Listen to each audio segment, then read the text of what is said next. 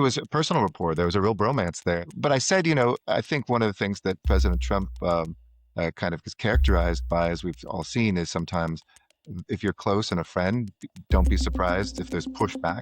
And if you're an enemy, don't be surprised if there's a hand or even a hug offered. And I think that's what's played out. Hello and welcome to this week's episode of One Decision. I'm Christina Ruffini, joined, of course, by my co-host, Sir Richard Dearlove. And today, we're going to be talking to Eric Garcetti, former LA mayor and former U.S. ambassador to India and current C40 ambassador for global climate policy and diplomacy. Mr. Mayor, Mr. Ambassador, I don't know which of your titles you'd like us to call you, but thanks so much for joining us. And thank you both for spanning multiple time zones. I think we've got LA, DC, and the UK today. Absolutely. All we're missing is Delhi, but you can call me Eric. It's great to be with you. Thank you so much, Christina and Sir Richard. I'm very interested that I would have thought of any country you could have chosen to be ambassador. Despite the attractions of India, I did find, maybe this is a bit of a post-colonial comment coming from a Brit, but India was particularly tricky and difficult. I mean, the Indians were not straightforward to deal with. They were very sensitive about their own, let's say, diplomatic and foreign policy identity. And you really had to struggle to get that right in order to have a fruitful relationship. Ambassador, Eric, sorry, would you agree with that? It's a great comment, Richard. I think that, one of the things because before those three kind of big countries, the presidents, people reached out and said, hey, do you want to do some other things, some multilateral ambassadorships, anything in Europe? And I talked to a friend who was a longtime diplomat. They said, look, it's amazing to be able to be an ambassador in a big European capital, but those are also seen by folks who are foreign policy professionals right now as pretty stable relationships to maintain, to share. They're interesting, but they're not as challenging. And if you want to prove yourself not just as somebody who got a political reward, but actually who could do diplomacy, there was no bigger, better post than Delhi. That it was because of those complexities. The Indians are incredible negotiators. You're right. There's the complex kind of echoes of history, of post-colonialism, of the U.S. having supported independence, but then kind of being seen as unreliable in the 70s and 80s, the turnaround in the 90s, and this bipartisan growth that had happened, but still unrealized. They said, look, it's going to be a place that is challenging to live, challenging to negotiate, challenging to understand. On the flip side, if you do a decent job there, people will understand that this is something that you can do. You can prove yourself, and more than proving yourself, you can do something really important for the world. It's not about just a bilateral relationship between these two large democracies. It is about what they can do together in regional and global relations. And I certainly found that to be such a rewarding part of this job. A third of it maybe was bilateral work, a third of it was regional work, and a third of it was really the US and India working together in the world. And I think that's an evolution from the time, maybe when you visited there to more recently. India is interested in its place in the world. Back then, they were trying to, really stand up the country economically, trying to survive political and material challenges. Now they're seeing themselves really dip their toes into things like the Indian Ocean to protect the freedom of navigation, looking at development work in Africa and Southeast Asia together with the United States when we were there. So I found it to be an amazing kind of evolution. And lastly, a place that America was waking up to. I mean, we had a state dinner from Modi at the White House. We had a visit from the president during G20. It was the number one country that our Secretary of Treasury went to my first year there 4 times, 3 times Secretary of State, twice our Secretary of Defense, our intelligence leaders, but also cabinet secretaries like from Health and Human Services, from our highways. I mean, it was the hottest place to be. And somebody said, look, if you get one state dinner or a visit from your head of state, your president, during the entire time, you are ambassador. That's a good run. I had both in the first 3 months. So it was an amazing moment in history, and still is this, I think, incredible springboard that is bigger than the US plus India. I always say it's really a multiplicative relationship if we get this right. It's US times India. Wondering how you see India's place in the world now even versus 4 years ago. Because look, I covered the first Trump administration. I remember Pompeo meeting with his Indian counterparts. I went to India with Pompeo at the tail end of COVID when the city was mostly shut down, but we went anyway. Mhm. They did see it as an important ally. And, Trump has said flattering things about Modi. I feel like that relationship throughout the Biden administration, they were really trying to make inroads with India. And then all of a sudden, the impact of these tariffs on India have really changed the mindset. And all of a sudden, it seems they are either vulnerable or interested in maybe aligning themselves with some of those other big countries you maybe could have ended up ambassador at, including we are now seeing a closer alliance with China. And I'm wondering what that relationship was like when you were there and how you evaluate it now. Because the thing that it's complicated. They're rivals, but they also can help each other. Tell me how you take that and where you think that relationship is at. Yeah. I would hesitate to say allies. I think, first of all, India doesn't like the word ally about anybody, although maybe that could change in the future. And I think that's a real consideration. But I always said India loves being the prettiest guy, prettiest gal at the dance. Like everybody wants to dance with us, maybe with the exception of one or two, Pakistan and sometimes China. But they're very proud of their multilateralism. They work very hard at it, and they can open up doors. Quite frankly, sometimes we can't, as we can do sometimes with them. And I always say the US and India together can open up basically any door in the world diplomatically. On our own, we can't always do that. But when it comes to the last 5 or 6 months, really 25 years of steady, dramatic, bipartisan, bicameral, bi-branch consensus in Washington that this was a good thing to deepen our relationship, has hit its first big speed bump. I mean, we had a good opening. We advocated for India's independence. We helped them enact the Green Revolution to feed their people, establish their research universities, everything until the pivot towards China of Nixon and Kissinger. And then we were really seen as unreliable, even meddling against India, pushed them towards the Soviet Union for the kind of years from the early 70s until the late 90s. But now, 25 years, it's gone from Clinton to Bush, from Obama to Trump 1 to Biden. Trump 2, though, is different. And, I remember meeting with Prime Minister Modi on the way out, and he was very grateful for the personal relationship he had with President Biden. But he also was confident of the relationship he had with Donald Trump. And he was Because rational they've to had a think that. good one. I mean, we don't, it's the Absolutely. thing that nobody wants to say, but the rhetoric was different. But the foreign policy between Trump 1 and Biden were just not that different in a lot of places. And I Correct. feel like India was one of those places that was pretty consistent. Yeah. And I think it was a personal rapport. There was a real bromance there. Huge Yeah. rally, in Texas, a huge rally in Gujarat that were record-breaking size. But I said, I think one of the things that President Trump kind of is characterized by, as we've all seen, is sometimes if you're close and a friend, don't be surprised if there's pushback. And if you're an enemy, don't be surprised if there's a hand or even a hug offered. And I think that's what's played out around trade, kind of some security issues, the India-Pakistan, most recent border dispute, and then who's claiming credit for having brought about the ceasefire. In this case, it was the president, and that's really rankled the Indians who say that this was done in a bilateral way between India, Pakistan, full stop. And so they're kind of under each other's skin. Now, I think long term, we are too aligned to not see this progress continue. And I'm optimistic that we can get even a trade deal, that we can kind of see these two leaders come back together. But, Indians like conflict to be primarily done privately, resolved privately. And they're not used to somebody negotiating in some ways, almost like the Indian government has, where, okay, once there's a deal, I want two more things.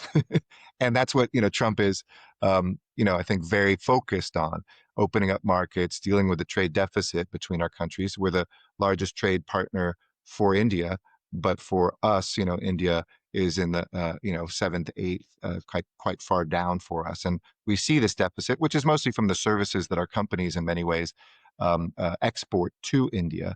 But this is a low moment, and when I talk to my friends in India right now in Delhi, people are rankled, people are upset, people are confused.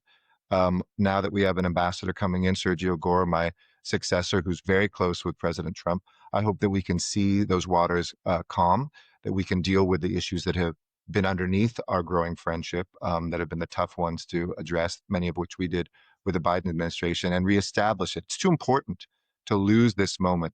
And the last thing I'll say is with China, I just think that, yes, of course, Modi will go and shake the hand of Xi, but they lost soldiers in 2019 on the border. They fought 3 or 4 border wars with China. Um, there will need to be kind of some cooperation, but they banned TikTok. They were attacked from Chinese actors on their energy infrastructure. So there's a lot of more deep suspicion, and I think long-term kind of coordination, non-alliance between India and China. They'll look for places to work together, but we're much more aligned for even potentially an alliance in the future. But Eric, going for secondary sanctions on India, has been a pretty extreme move on Trump's part, and particularly not doing it simultaneously with China. So, you've got that complex bilateral relationship between China and India, and you pick your friend, as it were, for secondary sanctions. I do think that is a little bit anomalous. And I mean, for Modi, it must be very hard for him to explain politically. Eh, Not only anomalous, I think it's a self-inflicted wound and a mistake. The wasn't just the U.S., but Europe and everybody else to minimize Russian war profits didn't forbid the buying of Russian oil. We tried to develop a regime in which they would cap the price on that, and that's what India has abided by. So it did what what the U.S. has asked, only for this president to pull the rug out and say, "You're funding the Russian war machine," which was curious from one of Putin's biggest supporters in this country, certainly, and somebody who I think at the time my read was he was pissed off that Putin kept kind of giving him nothing. So this was a way of getting Putin and also dealing with the ongoing trade negotiations that he wasn't completely satisfied with India. But it's a self-inflicted wound because it does drive India away, not just leadership, but the Indian street. And one thing I always said was, it went back and forth between Poland and India, sometimes Israel, but the population that was the most pro-US in the world, in poll after poll, is India. And so we have this tremendous goodwill of 1.4 billion people who admire us, who maybe embody. I always said the Indian dream today is kind of what the American dream was once and maybe could be again. We have kind of that same aspirational, make sure your daughter, your son does well, studies hard. It's entrepreneurial. It's channeling the difficulties, but also the I think superiority of a democracy and a diverse population. So we have so much in common. Why would we take a gun out, not point it at a friend, but actually point it at our own foot and hit fire? And that's what I do think these sanctions are. And people are confused. Why does China get such good numbers, such a low tariff, and India, who's only been a friend, led by a friend of this president, gets 50% tariff? That's beguiling to people, I think, on both sides of the Indo-Pacific. It's also interesting. I mean, the pushback, which seems like a direct response to that, and this meeting that they had with Putin, the leaders of North Korea, Iran, and Modi, in this kind of, I guess you call it like the anti-Quad, right? Trump said he wasn't going to the Quad this year, and instead you have these 4 other leaders. What is your assessment of kind of multilateralism in that region? Is the U.S. stepping away? If the U.S. continues to step away, we talked about China and India are not allies, but they are the 2 other largest economies. And although there's not a lot that India makes that China needs, there's a big trade deficit there as well. If if they feel like the U.S. is not a reliable ally, either diplomatically or economically, what is you said it's a self-inflicted wound. What do you think the odds are that those two could forge a closer relationship in lack of help from the U.S.? Well, I think that it would take a lot of changes in fundamental changes in the outlook of China, who I think Indians always feel have looked down on India. I mean, literally published maps of Indian states with all Chinese names of the villages. I mean, this is much deeper than just a thawing of relationships and suddenly we're friends. There are territorial claims that go back from, in the Chinese mind that were unfairly drawn, but in the Indian mind have always been Indian. And they don't understand why China, because India really isn't an expansionist power. It's not seeking to conquer new areas or to go global. They want to have what they believe they deserve and should deserve, and don't understand why China not only claims them, but sometimes uh, you know, violently enacts those assertions on its border and with its people. Was that So, what wasn't one of yeah. those while you were there? Wasn't the most latest flare up cross border No, between it this? was Was that just while you were before. It was there? Was 2019, just okay. before COVID. Okay. Yeah, that happened up towards the border between on the what I call the east part of what used to be Jammu and Kashmir and has now been split into Ladakh, and on that Ladakh border with Tibet, that's where that flared up. And nobody fires guns because they know if one side starts firing guns, there will be an all-out war. So it was a brutal physical conflict with clubs and knives and fists, and people got beat to death. We don't know how many on both sides. Some say China underplayed its casualties, but there certainly were more than a dozen deaths of Indian soldiers. Wow. So that I Can, I think it'll be some time. I think one thing for India to consider, though, is how much do they want to reopen their economy to Chinese companies and investment? In the same way that China did with the US in order to understand and learn about the technology.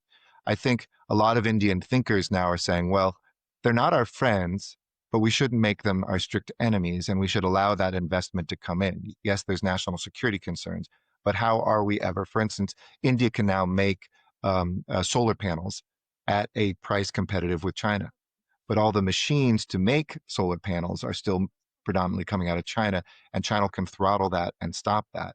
So in order to get that, might mean Chinese companies coming in, solar companies, to establish factories in India. But the benefit would be India would understand how those machines are made, be able to in the future, just as China has done now with cars and other things, have their own domestic technology move forward. So, they always want technology, and Indians are incredible with technology in so many ways. But right now, the hard manufacturing technology, iPhones have shown, Apple right now is showing just how great a country can be for manufacturing, but that's really assemblage of things that are primarily still manufactured outside of India.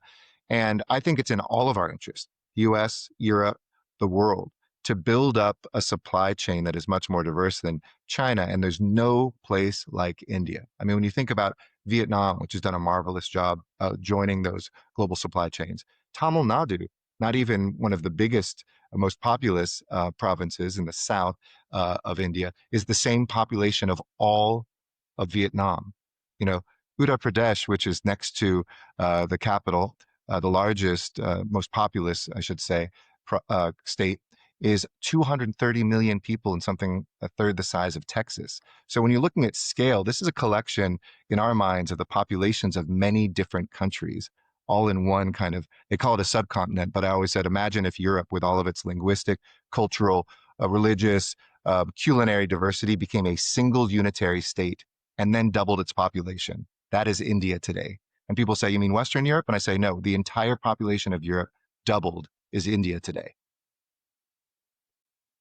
Eric, the other issue which obviously deeply affects India's international relations, is the nuclear issue and the balance Yeah. between India and Pakistan. I know this is a sort of sensitive subject, but obviously someone with my background spent a lot of time having to worry and think about this problem, both countries not being NPT signatories.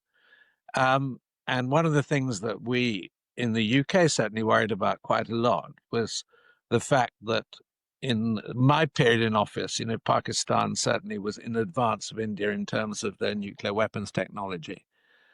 Uh, I suppose my question now, without going into really sensitive areas, is: do you feel that this issue now is sort of balanced and that there is less risk of a nuclear conflict in terms of an escalation if there were another war between India and Pakistan? Because it certainly used to be that Pakistan really had a first strike policy, um, which was incredibly worrying. I don't think that is the case now. I mean, I'm not as up to date as I used to be, but I think, you don't hear this much discussed internationally at the moment because, we're covering these other issues which are so important. But it's still there in the background, and it's like a sort of massive undiscussed issue which has slightly been pushed to one side. Well, I'm glad you brought it up because it certainly is a big issue, and one that not only for security, but on the civilian side, nuclear power, which was part of the accords that really changed our diplomatic relationships with India by allowing them to kind of come into the international regime and be a nuclear power.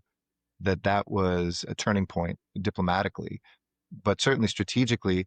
My sense is that on both sides of the border, that they exercise extreme caution on the nuclear side, that it is for both sides a strong deterrent. And so much has changed too, just the size of the countries. I think the economic power of the countries. India has really taken off. It's stable. Its currency is stable. Its inflation is stable. And Pakistan has had real challenges. I mean, at certain times, some have said even on the edge of kind of economic and fiscal collapse.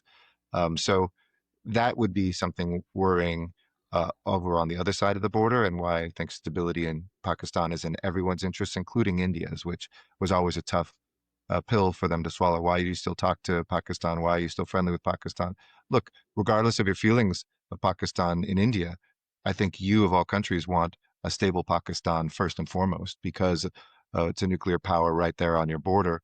And the recent conflict shows, I think, the desire on both sides, when we do see violence erupt, how quickly it can be brought down. But you have also on both sides, on the Pakistan side, you know, desperate economic conditions right now, and on the Indian side, very strong, nationalist ideologies that won't allow people to always ratchet down quickly and say, okay, India felt after the terrorist attacks in Kashmir recently that they had to go to what they believed were the sources on the other side of the border. That was with planes, with missiles, with drones, and those moments are always and should always be scary for the world, because of the potential on both sides for there to be nuclear weapons involved. But I think on both sides, you would have to see so much more of a ratcheting up of conflict. And in many ways, it reflects just how stable that relationship has become, with the exception of these flare ups. Now, the bigger question is for Modi, and I think for Pakistan as well, is there ever a moment to have any sort of rapprochement? And in the early days, Modi, remember, went to Pakistan. There's very few tools left anymore. Trade has been cut off. They're even talking about cutting off water from the Indus River, which I think is logistically quite challenging. It would take years, but that's not the way to win hearts and minds in Pakistan of the people there, certainly from the Indian side. But what can we do to have the folks who really culturally are much more aligned than sometimes they admit, a region that is growing and has such great potential if Pakistan is incorporated into some of the economic growth, and the payoff for India to have a stable border and to finally resolve some of the, you know, lingering terrorist issues that have always been such more than an irritant, but such a kind of cut to the core of who they are. I would hope that with this peace, with this ceasefire, that this might be a moment of opening up, not of further closing off, because there's really not much more to close off. And in those moments, that's when conflict can become dangerous, nuclear or non.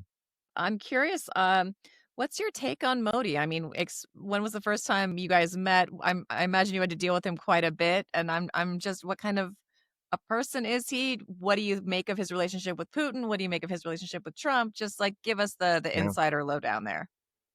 So the first time I met him, I actually had just been nominated, and I was at the Glasgow COP, the Conference of Parties for the UN Climate Conference, and I had been invited as one of three non national leaders on the stage the first 2 days to make, when every country was making its pledges, and I was representing the world cities, and had built as chair of C40, the organization I'm still affiliated with, 1,000 cities that were pledging to get to net zero by 2050, and that was the equivalent of the fifth largest country in the world making that pledge. Coincidentally, he spoke on stage like two speakers before me. Nobody really was in the halls anymore. It was late COVID, but still COVID. And I just went up to him and in Hindi introduced myself. And I said, I'm Eric Garcetti, and I'm going to be the next ambassador from the United States. And we had a great interaction. You never Wait, can we know. hear it in Hindi? I want to hear it in Hindi. I said, "Mera naam Eric Garcetti hai," which is, my name is Eric Garcetti hai, and Rajdoot American is American ambassador, and he kind of had this look of like, "Oh, okay, yeah, you're that guy." And then I didn't see him, till I got on the ground a little while later. I interacted with him quite a bit, often, with President Biden, with our intelligence or foreign policy or defense leaders. He's somebody who has a real in person skill at being very warm, at being kind of humble and telling you what you're doing great. Focusing on one's family. So he kind of has those natural political skills that you can understand why so many Indians embrace him kind of as this father figure. I think he's, somebody who always likes having a bright new idea that's different than, so he's not kind of programmable. I think he's one of those politicians who's like, I got here on my own when people never would have thought I would have. I came from a humble background. He and President Biden, I think, bonded on that. They both came from very working class backgrounds. On the other hand, you can see some of the policies that he has done that have made it more difficult for some of the minority groups, especially Muslims in India.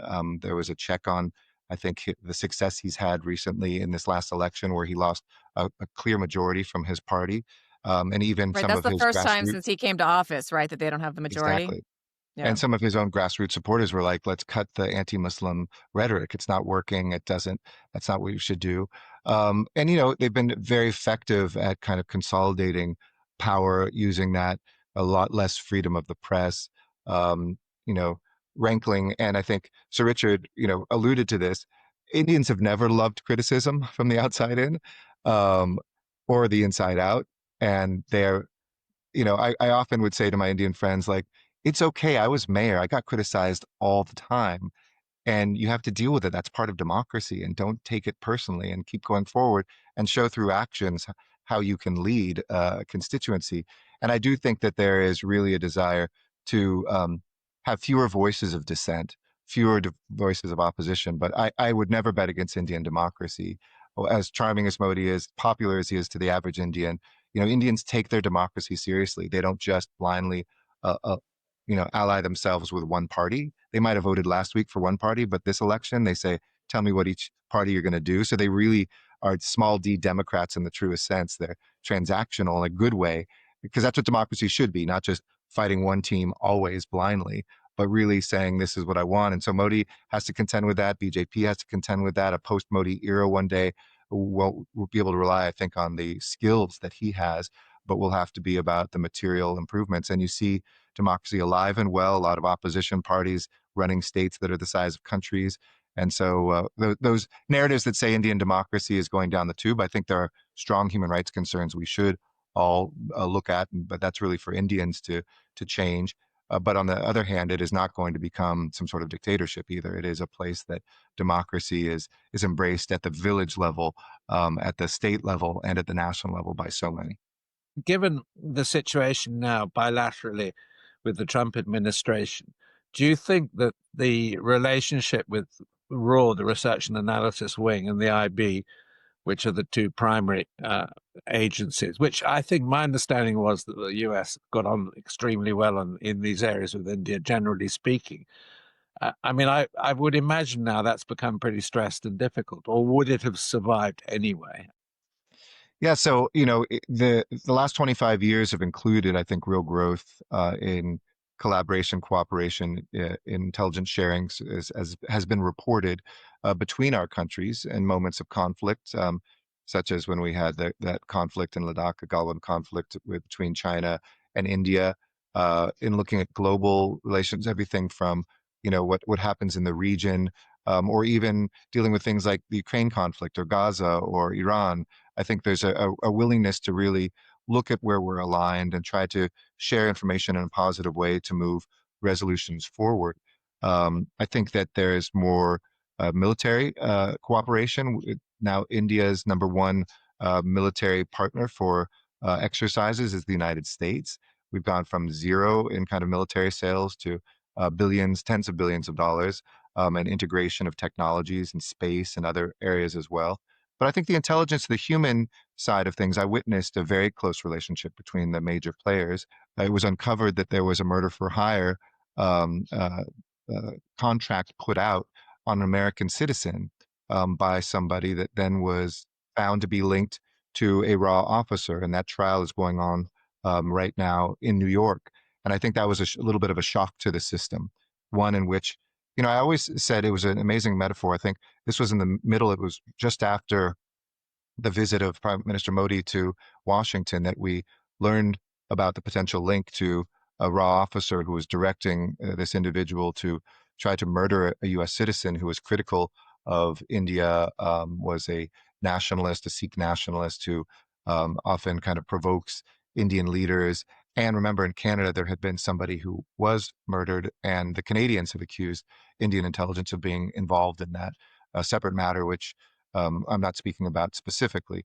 And I think that was really challenging because here, then we had the president visiting, and it was clear to us from the president on down, this was a red line that cannot be crossed. The idea, if a Russia or somebody was trying to assassinate somebody on American soil, it would be abhorrent, but not surprising. When it comes from a friend like India, whether it was a rogue agent or whether it was connected to something higher up, that was a red line that was absolutely unacceptable. We thwarted it, luckily, so this individual is still alive. But also, we want to make sure there's accountability, that this would never happen again, and that this didn't threaten the relationship we have on so many other important fronts. And I always say, like, the test of a marriage isn't whether you love each other, but can you get through the first big fight? And in many ways, this was one of the first big fights in this growing relationship. And I think it was handled appropriately. The Indians, so far had cooperated in the investigation and said that there would be accountability for this. Whether that will happen or not will remain in the courts and also in the Indian system itself.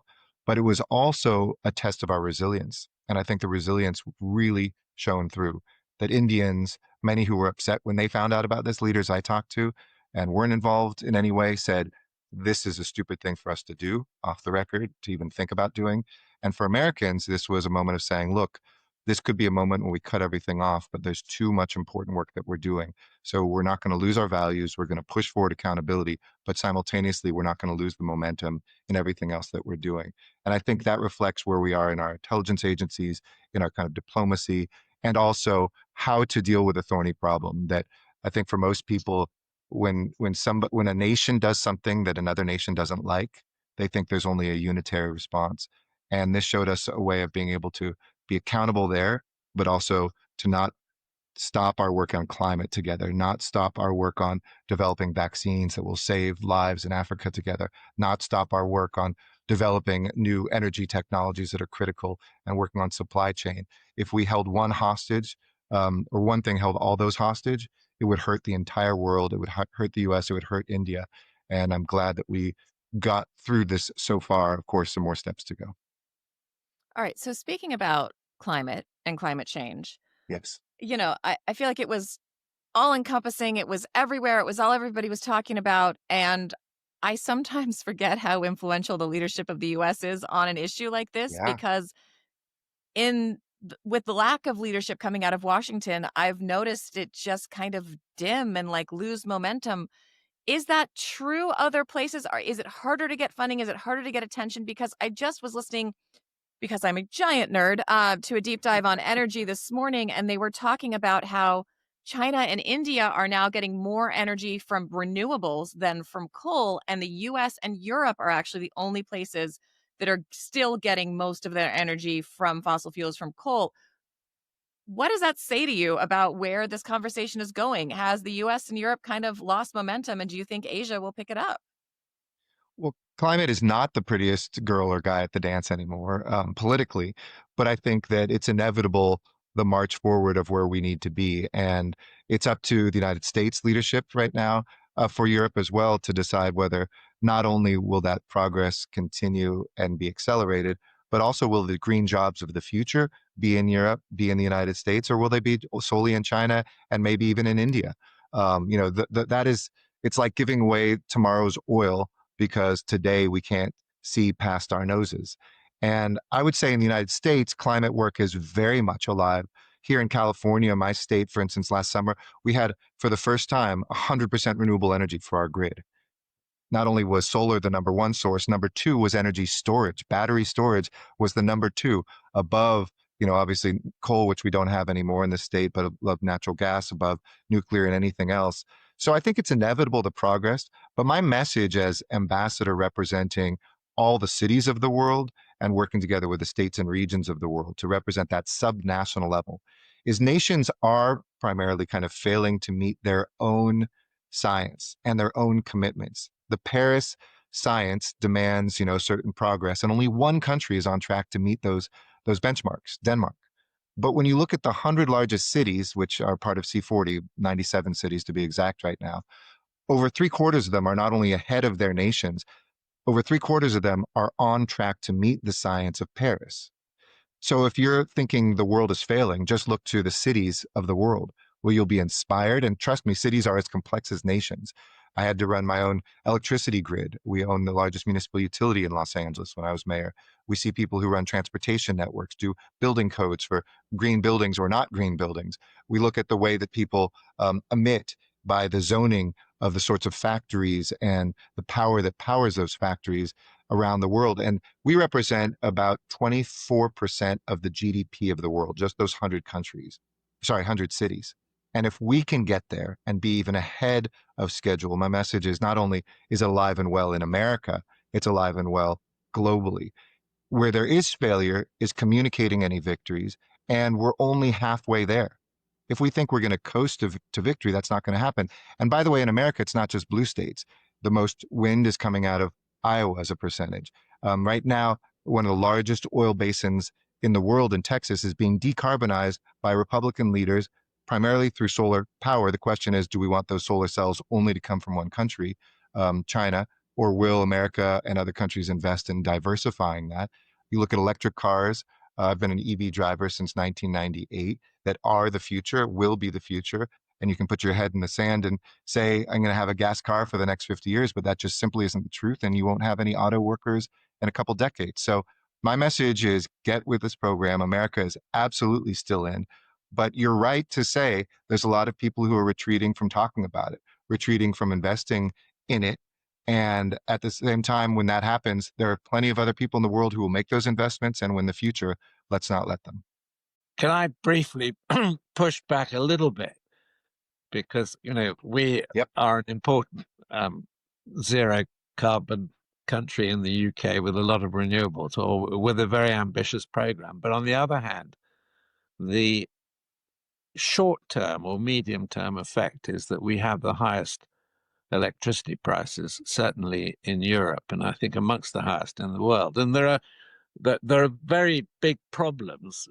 If you look at renewables as you've spoken about them, I agree with everything you said. It looks phenomenally attractive. But when you get down to the practical questions, for example, we're paying energy companies not to put renewables into the grid when there's an excess because of the problems of distribution through the grid. So here in the UK, there really is a massive expense being carried by the consumer to accelerate this journey to zero carbon. We're heading for a really 2030 date, which to many of us seems not really practical. It's too early.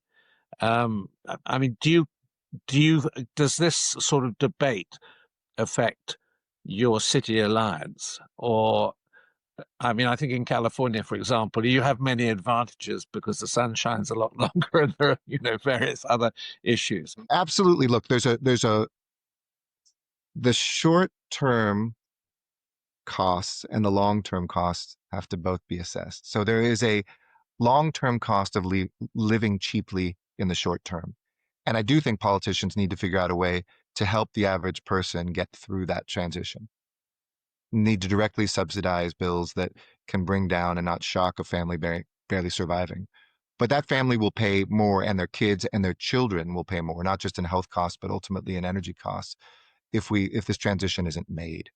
Jobs will be left on the table. They won't even have jobs to go to.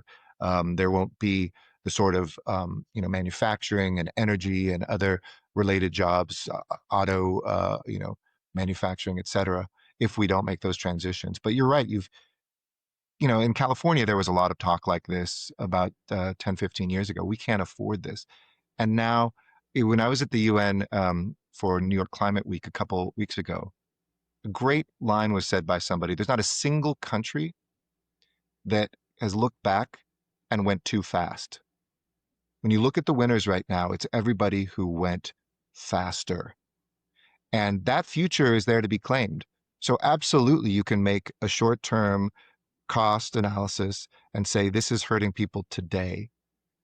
And then you have to answer 10 and 20 years ago why my country has no jobs, why the health concerns are there, and why we lost that future when we could have won it. And so to me, it's more of a micro issue of figuring out within budgets how to help people during this transition. And we're seeing time and time again that this energy is cheaper. It is cheaper than the legacy fossil fuels. I mean, the cleanup of a single here in Los Angeles, we have the largest urban oil field in the world. A quarter of the world's oil in the 1920s came from Los Angeles, of the world's oil. To cap single wells here sometimes costs $1, $5, $10 million for a single well, and we've got hundreds of them. So that has to be paid by taxpayers also. Might not be on your power bill, but it's going to be somehow in the taxes you pay. And so the quicker we can figure out a way to wean ourselves off of fossil fuels, the dependency is there. Look at China. There's been great articles this week about the high voltage power system that China is putting everywhere. And it's going to be the first kind of electricity driven economy. I don't think China is dumb. I think China is very strategic and smart about that future. And we can continue living in the past, but we shouldn't let those short-term costs keep us from the long-term low-cost benefits. Before we let you go, we do generally like to ask our guests at least one embarrassing diplomatic story. Um, it can be, I don't know if your Just team one? warns you. Well, I mean, you can have your pick. Sometimes we ask, what's the worst diplomatic meal you've ever been served? What's the most awkward introduction you've had? Does something come to mind that you just wanted to leave your body and exist somewhere else? What is the most awkward moment of your time, either as an ambassador or a mayor or any of the many jobs that you've had? No, I've had so many fun, rich ones. I think, the most embarrassing one for me was when in ice hockey, the Los Angeles Kings won the Stanley Cup, which is the highest kind of, in North American hockey, the highest accolade. And hockey fans are really gruff, right? I mean, they like their beer, they like their celebration, They're they're awesome, enthusiastic. Yes. enthusiastic, and I love going to a hockey game. But I knew as a newly elected mayor, we had won 2 years before, and the players had gotten drunk during the parade and had dropped some F bombs and stuff like that. So they were told by their ownership, you cannot get drunk, you cannot swear. And one of the cardinal rules in politics is never be introduced at a sporting event if you're a politician. Even if you're at 99% approval ratings, people don't want politics and sports to Yeah, mix. it's true. And, Jerry Brown's father passed that on to him, and he wants that pass that on to me, our former governor. And boos are much louder than claps. So here we were after the parade in our arena called Staples Center, downtown Los Angeles at the time. Fans everywhere, they're all rowdy, players behind me, and they say, "Ladies and gentlemen, the new mayor of the city of Los Angeles, Eric Garcetti." And it was boo, it was like the place erupted in boos. And I said, "Wait a second, I've only just gotten here." And they kind of quieted down, and there was some clapping, but you couldn't really hear it. And I said, "There's two cardinal rules in politics. One is never be pictured with a drink in your hand. And two is never swear." Then I leaned down and I'd pre-positioned a beer, Bud Light, who was sponsoring. I said, "But this is a big effing day." But I didn't say effing. I dropped an F-bomb. But this is a big fucking day. And the place just lit up. The hockey players gave me a standing ovation and high fives. The whole place started to clap. What I didn't realize is it was live on television. And so I think the embarrassing moment was suddenly, and it's kind of quaint now when everybody seems to swear in hearings, congressional hearings, and we've lost any propriety. And I had all these cameras later that day saying, "Was that the right thing for a mayor to be saying? There's kids watching, blah, blah, blah." And I said, "No, I apologize. Kids, don't swear. Certainly don't swear on camera. But if you do it like your mayor did. Use it positively. Don't use the F-bomb negatively, but use it to show your enthusiasm." And that was probably, my wife was not so pleased when I came home that night. But in retrospect, the hockey vote always stayed with me. Thank you both so much for being with us. Richard, of course, as usual, and Eric Garcetti, former LA mayor, U.S. ambassador to India, and current COP40 ambassador for global climate diplomacy. That was this week's episode of One Decision. For more content and conversations with leading decision makers and thinkers, please check out onedecision.com, go on our YouTube page, or hey, leave us a rating, make a comment.